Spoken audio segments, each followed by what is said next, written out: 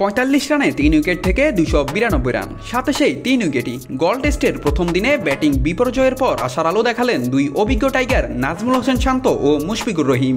একজন ফিরলেন ১৮ মাস পর সেঞ্চুরির সাথে, অন্যজন দিলেন অফ ফর্মের সমালোচনার জবাব। সকালের ধাক্কা সামলে শান্ত ও মুশফিক গড়লেন এক শান্ত জুটি। টেস্ট ক্যারিয়ারের ষষ্ঠ শতক পূর্ণ করলেন অধিনায়ক শান্ত। ২০২ বলে ১১টি ৪ ও একটি ৬-এর মারে স্পর্শ করলেন ৩ অঙ্কের ম্যাজিক ফিগার। অন্যদিকে টানা ১৩ ইনিংসে 50 না পাওয়া মুশফিক আজ নিজের প্রিয় প্রতিপক্ষ শ্রীলঙ্কার বিপক্ষে পূর্ণ করলেন ১২তম টেস্ট সেঞ্চুরি।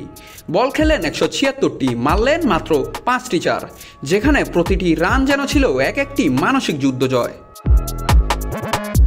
তবে দিনের শুরুটা যেন ছিল এক ভিন্ন গল্প। টসে জিতে ব্যাট করতে নেমে দলীয় 5 রান থাকা অবস্থায় কেবল 10 বল খেলে 0 রানে ফিরেন এনামুল হক বিজয়। এরপর মমিনুল 29 ও সাদমান 14 রান করে ফিরলে দলীয় স্কোর দাঁড়ায় ৪৫ রানে 3 উইকেট। ব্যাটিং বিপর্যয়ের সংখ্যা তখন বাস্তবের মুখোমুখি, আর তখনই হাল ধরেন শান্ত ও মুশফিক।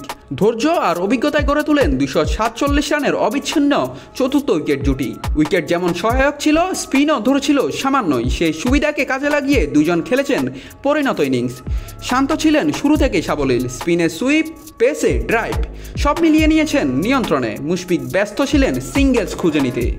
বিলাসিতা নয়, ছিল কৌশল। নার্ভাস 90s-এ আটকে ছিলেন কিছুক্ষণ, কিন্তু শেষে শান্তর ডাকে সাড়া দিয়ে পূর্ণ করেন সেই কাঙ্ক্ষিত শতক।